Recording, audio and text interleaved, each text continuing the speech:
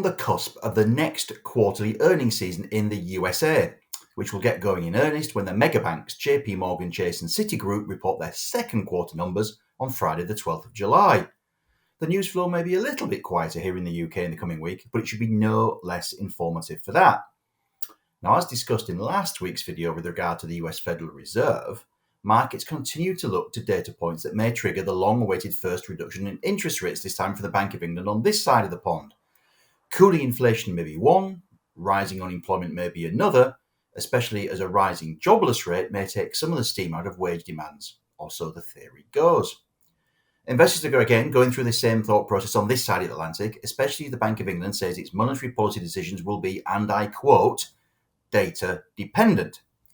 While this raises the risk of policy error, as the data is by definition backward looking, and Governor Andrew Bailey and the Monetary Policy Committee are really trying to set the cost of money for where it needs to be in 18 to 24 months' time, or forward looking, it does mean that figures on UK inflation and UK jobs are going to be important whether we like it or not.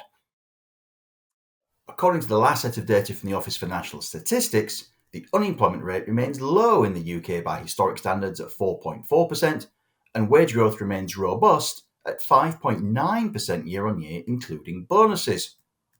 However, the unemployment rate is up by some way from the low of 3.6% reached in 2022, and the number of vacancies has slipped by almost a third to 904,000 from its 2022 peak.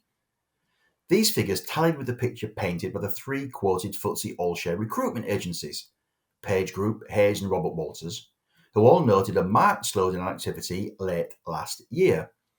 Now, their latest updates for the second quarter of calendar 2024 could therefore be informative, especially as the UK did finally emerge from last year's shallow recession in the first quarter of this year.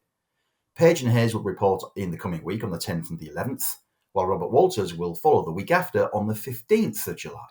Earnings estimates have continued to leak lower, hindered by profit warnings from Hayes and Page Group in early January and another from Page Group in April. Common themes across the quarterly statements from January to March were signs that weakness was spreading towards temporary hires from permanent ones. Hayes has the greatest exposure to temporary hires, and it's about a third of the fees at Robert Walters.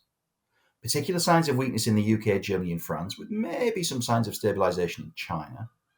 And decreases in their own headcount, in some cases through natural attrition, as if to suggest the recruiters were preparing for tougher times ahead.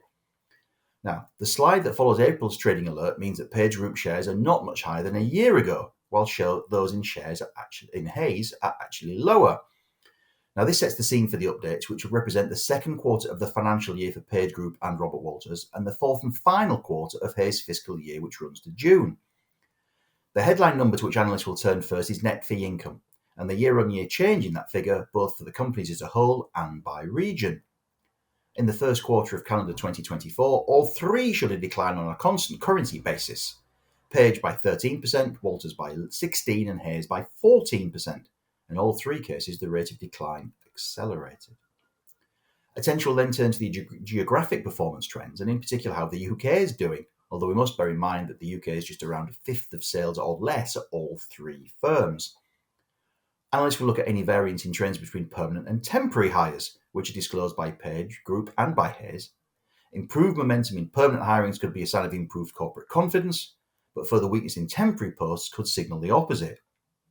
All three firms felt confident enough to run share buybacks or even issue a special dividend last year thanks to their net cash balance sheets, so watch out for any commentary on cash returns or financial guidance more widely, although in the case of Page Group and Robert Walters it may be a bit early in the year for that. This time around, Hayes is expected to report a cut in its annual dividend to 3p a share from 5.24p, although it did keep its interim unchanged, on the back of a 12% drop in sales to 6.7 billion and a two-thirds drop in pre-tax income to 74 million. Any guidance from Chief Executive Dirk Hahn will be of great interest, as for the coming year, analysts expect sales to come in almost flat, but earnings to rise on cost efficiencies. Page Group for the year is expected to report lower full-year profits and dividends, in something of a contrast to Robert Walters, where consensus expects flat profits on a slightly higher dividend. I hope that you and your families are all well and in good spirits. Thank you for watching, and I look forward to seeing you again next time.